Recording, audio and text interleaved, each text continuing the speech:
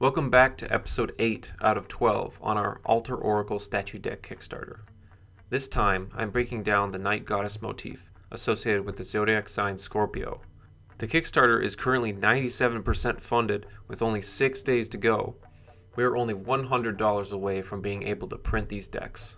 I want to give a personal thanks to everyone who helped fund this Kickstarter. And if we are able to reach the goal before the day the Kickstarter ends on the 26th of December, we will receive a boost on Kickstarter's algorithm, and that will greatly help us continue to make content like this. Thank you. Now, let's get on with the video.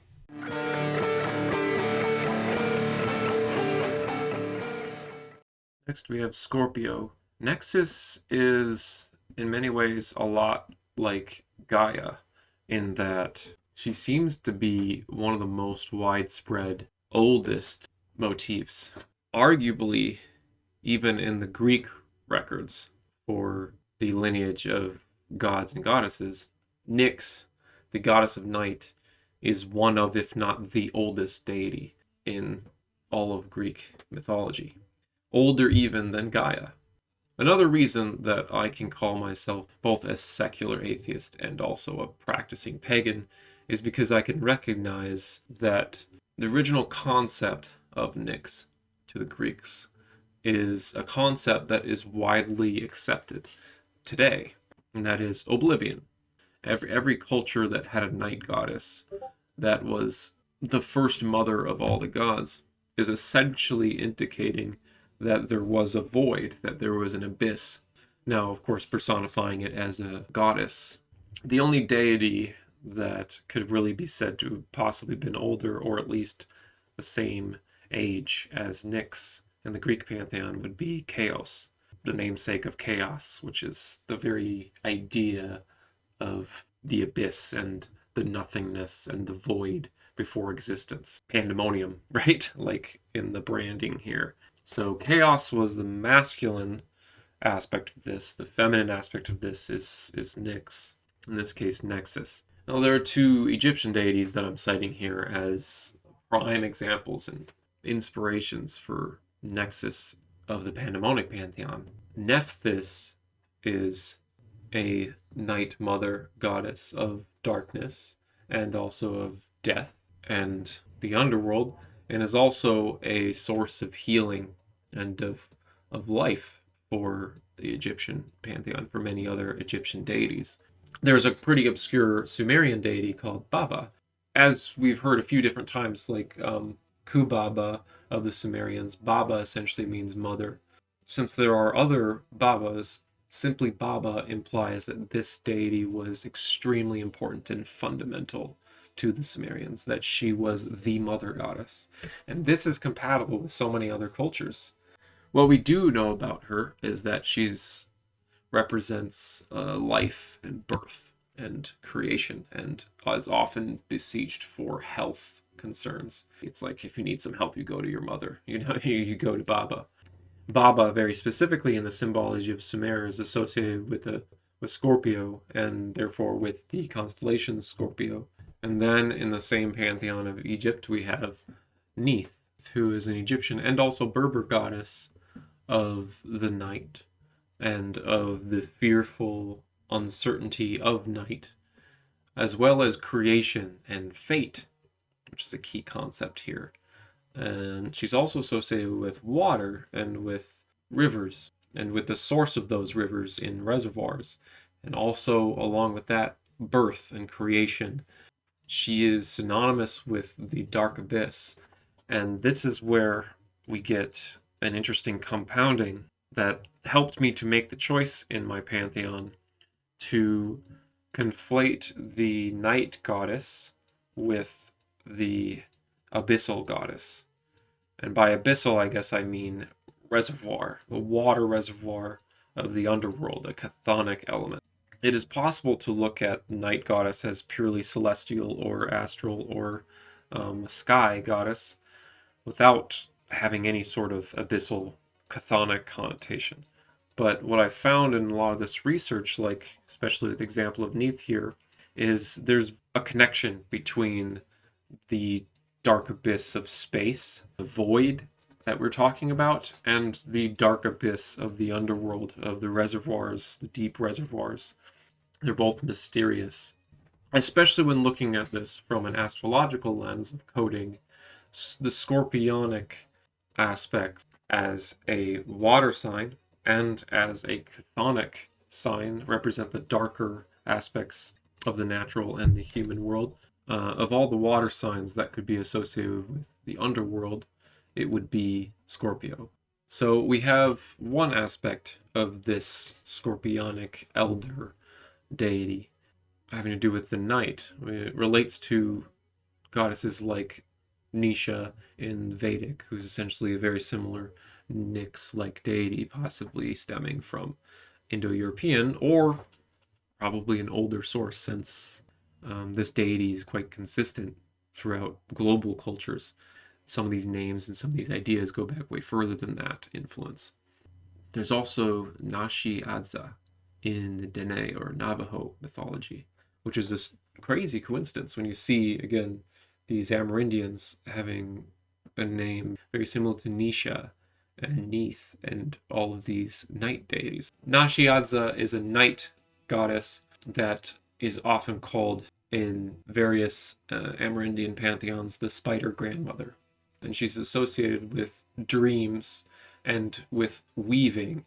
In her case, the weaving of the very fabric of the universe, weaving of the stars and the planets.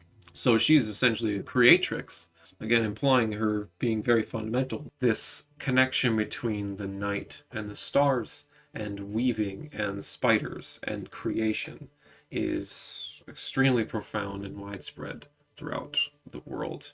It's kind of similar to Arianrod of Welsh, who's associated with the moon, but, in that sense with stars, with weaving, and the thread wheel. And there's Ihema of Estonian. Estonian is a branch of Finnic or Finno-Ugric languages. She was a goddess of twilight and the night, and weaves, and again souls in the underworld, and is connected with spiders. So this brings the spider grandmother of the Dene and the southwestern Pueblo in here. There's also a Aztec spider grandmother. And also Teotihuacan, the mysterious city, one of the first major cities in Mesoamerica, had as seemingly their primary deity a spider grandmother figure. We don't know the name of her, but she seems to have been the namesake or the real patron of that particular city too. And then there's many more spider type deities that I could mention, but one I will mention here is Mitandi of the Nyango Bantu people of Africa. She's a moon goddess that represents the moon phases and the changeability. With the scorpionic category I have here of 3 deities, there's 2 goddesses. One is Nexis and one is Arachnia. A lot of the spidery and weaving connotations are more associated with her. And so it's been a little difficult in my research to try to find a way of splitting the 2, because you really almost can't split the 2. We also have Ayakashi Kone, who is a Japanese goddess of the night, darkness, magic, and the Milky Way. Again, an astral, stellar sort of connection. We come to the Maori of New Zealand, a Polynesian people, and their goddess Nui Tepo. Also, in line with this kind of Nui linguistics, is a goddess of night. She holds the spirits and souls within the underworld. And that's where we're getting to another set of Greek deities that I took a lot of inspiration from. There's Tethys, which was an ancient Greek Titan goddess of essentially reservoirs or underground water sources, fresh water. And she was partners with Oceanos, who was salt water. And that's similar to a dynamic in Sumerian between Tiamat, who is a female saltwater goddess, and then Abzu, which was the male freshwater deity. And those still have a place in the pantheon elsewhere. Styx is another entity that is not always personified as a deity, but the river Styx is, of course, the river of the underworld. I would call it the nexus of the underworld, the nexus of all the rivers. Essentially, it represents, like Tethys, the nexus of where all the rivers of the world come together and flow into the underworld. When we die, wherever we are, we flow to the same place. And since the souls are flowing through the river Styx, it's very similar to, say, in the Hercules Disney movie. There's Appia, who's a Scythian chthonic earth mother, similarly referenced in this very fundamental and mother of mothers kind of way. She's associated also with water. And the Scythians were like a key Indo-European people, like one of the most fundamental Indo-European people. And Appia kind of relates to the abyss. I mentioned Absu as the male chthonic water deity of the Sumerians and of Babylonians. And in the Bible, in the Torah, the idea of the abyss before existence is kind of a tell for the original deity, the original energy of the world, which was this night goddess, this night god or goddess, this abyssal entity, chaos and Nyx. There's Akana of the Turkic pantheon, who is also a mother goddess of creation and water and souls and spirits of the dark abyss, the underworld, very similar to Amma and Appia that we've mentioned. Moving on, there's the Buryat, who are a Mongolic Altaic people, whose goddess Amma is a dark chthonic goddess of the underworld. And the underworld, to their perception, resides under Lake Baikal, which is, native to that northern Mongolian and Siberian Altaic mountain region. It's really fun to have a specific location like Lake Baikal. It's like, there's the underworld. In Romanian Christian folklore, there is the concept of Appa Sembeti, which is essentially Sembeti has to do with the Sabbath. It's Saturday, and Appa means the water or the holy water. And holy water, in this sense, to them was conflated with the idea of the fundamental water of existence, the abyssal ocean, right? And so, in that sense, the Styx, the Tethys, this divine creative water is the holy water. Romanian Christianity actually synthesized a lot of elements from prior Dacian mythology. And this term in Romanian refers also to outer space. That's essentially their apologetic understanding of how the universe came to be in a very big bangy way. And so they actually kept the idea that souls would go to this place, this nexus under the earth eventually when they die. Souls of the dead would flow on the course of all the rivers into this abyssal space ocean. And I think that's mostly in the context of people who are going to hell. So their rationalization for Christianity is essentially that those who are Christian, they go to heaven, they go and escape the world, whereas those who die and go to hell, they are essentially flushed down into this nexus. And as they get closer and closer to hell, I think they circle hell through 3 times before falling in, and the water at hell is boiling. There's an old folk kind of myth that you want to be careful in Romania when you're drinking out of a river, because you might drink the soul of a person and become possessed. It's really interesting. And while we're on the topic of Christianity, I'd like to mention 3 different instances of kind of Judeo-Christian angels or demons. Layla in many of the Abrahamic faiths is an angel of the night who influences your dreams and tries to seduce you with desire and mystical beliefs. So there's a sort of fear-mongering about Layla, that she's trying to corrupt you into a more mystical understanding of things, or to be in touch with your subconscious. There's many aspects of Abrahamic faiths which are highly repressive, and they only accept a few motifs from a few deities, if even a few and not just one, and every other aspect of life, every other aspect of humanity has to be repressed. So sex or mysticism or deep connection to a divine archetype, these things are considered sinful and evil and corrupt when they actually are not. I'd like to think that this is Nexus trying to wake people up from their ideological slumber during the day. And now I'd like to talk about a slightly different Judeo-Christian sort of tradition, which is Mandaism. And Mandaism is a kind of esoteric Gnostic sect which integrated different Greek, Iranian, and Jewish beliefs all into an interesting mix. Their cultural background is largely Aramaean. Now, Aramaic is a Semitic language that became the main Semitic language throughout much of the Middle Ages, and that's the period in which Mandaism kind of spread. They actually believed that John the Baptist was the final prophet of the Abrahamic faiths. And so in some ways they kind of represent the messianic movement that Jesus himself was a part of or influenced by. There's a goddess in this pantheon, and the line between angel and deity in Mandaism is quite blurred, so I simply can call them angel or god. She was the goddess of darkness and the abyss. In particular, the polluted, watery abyss of the underworld. There's this, again, kind of Abrahamic purity taboo, where the idea that the underworld is filled with souls is a polluting and disgusting idea. Zoroastrianism, like Mandaism and many other dualisms or dualistic types of religions or philosophies, tend to be quite ascetic.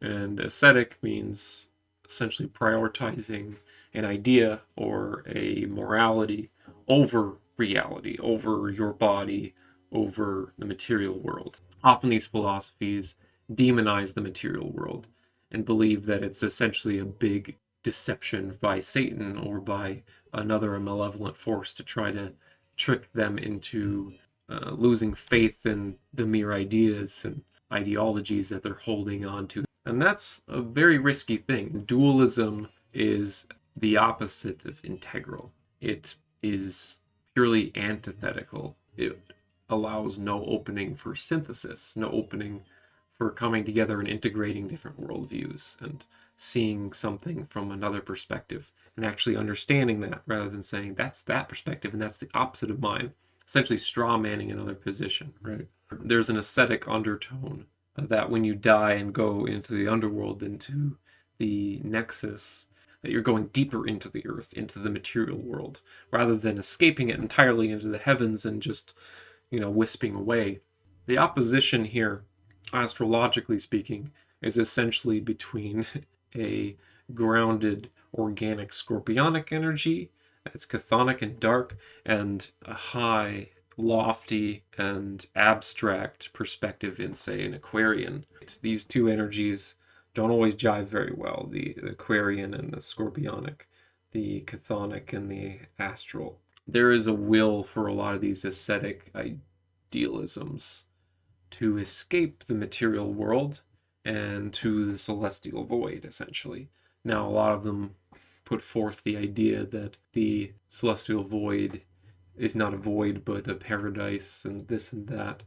But it's odd because that's really a projection of the material world, material success, material prosperity onto an imaginary afterlife that is placed in the void, but has none of the properties of the void. The reality might be something more like that this is the reality we live in, and this defines success, and all the value we're going to get is here in this life. And if you want to escape this life into the void, into some other world that you believe exists, you'll end up nowhere at all. There is nowhere else to go. This is it. Getting very existential because it has a weird synthesis of pagan and atheistic thought. So another Mandaic deity I wanted to mention is Ruha, or Nimrus, Hiwat, Amamit, there's all these different names for her. And she's another underworld dark goddess that literally refers to the stars. Again, like Layla, to desire and the seductive elements, but is also the creator of the zodiac and the seven celestials, and that would be the seven planets. She is credited as seducing these faithful people to astrology, mysticism, and the occult. It's very interesting, and I think as a pagan and an astrologer, it can be fun to take that back and be like, oh, that sounds cool. She sounds great. I'm going to add her to my pantheon. And so that's, to an extent, something that Nexus really can and should represent.